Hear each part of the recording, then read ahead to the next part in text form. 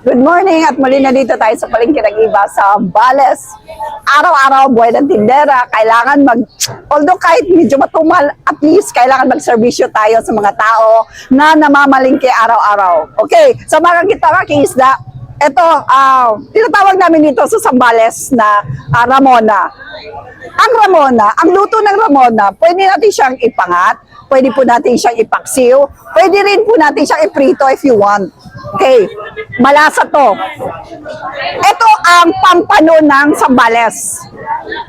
Ang kilala lang nating pampano, yung mga imported, yung dilaw na medyo malalaki, imported po yun. Wala po yun dito sa Pilipinas. Ito lamang po ang meron sa Pilipinas. Pampano ang tawag namin dito. Pero meron din tinatawag na black pampano. Dito lang yan sa Pilipinas makikita malalaki yan.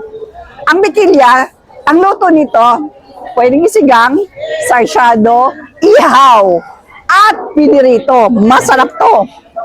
Meron din tayong tinatawag na alumahan. Pwede naman siyang isabaw natin, prito, ihaw. And rare lang ang isang to, sibas or apaap.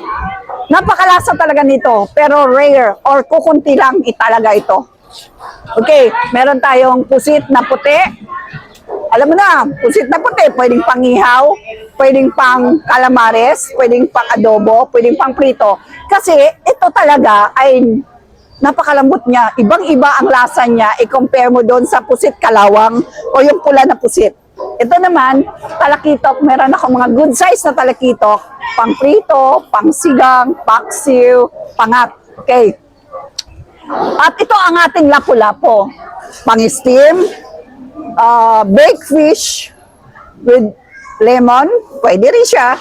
Pwede rin siyang steamed fish with mayonnaise or pwede mo rin siyang steamed fish with tausi. Whatever you want. Pesa, sinigang. Ang maya-maya, best for sinigang and sarsyado. Ito pang pesa din to, tapas. Pwede rin siyang sinigang, pwede rin siyang iprito. Ito naman, matayar, pwede siyang ihaw, pwede rin po siyang sigang, pinirito. Tarian, dito sa Zambales mo lang siya makikita, napakasarap talaga dito. Pang ihaw lang talaga siya. Talakitok and rainbow fish, pang ano lang po talaga siya, pang sigang, pang prito, pang sarsyado. And this one, pang prito lang talaga siya. Masarap lang talaga ang dalagang bukid sa pinirito. Or isahog mo siya sa gulay, dininding. Oh, pwede rin siya dininding. Or isahog mo lang sa malunggay, gano'n. Marami akong talakitok. Good size na mga talakitok sa araw nito.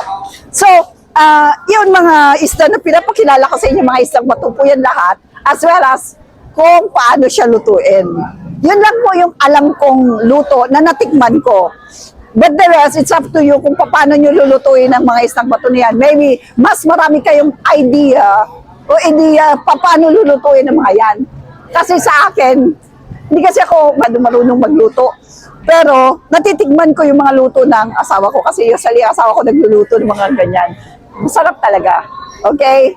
At sa ating mga nanonood ngayon, sana patuloy niyo po akong suportahan by subscribing my YouTube channel, by supporting me through making a comment, and sana po hindi kayo magsawang sumubaybay sa bawat pinapakita ko dito sa YouTube because everyday sila. But may mga pagkakataon I have mga iba't ibang klase ng isda na pwede nating malaman at dito nyo lang makikita ang mga isdang ito at paano lulutuin at makikilala. Magandang umaga and God bless everyone.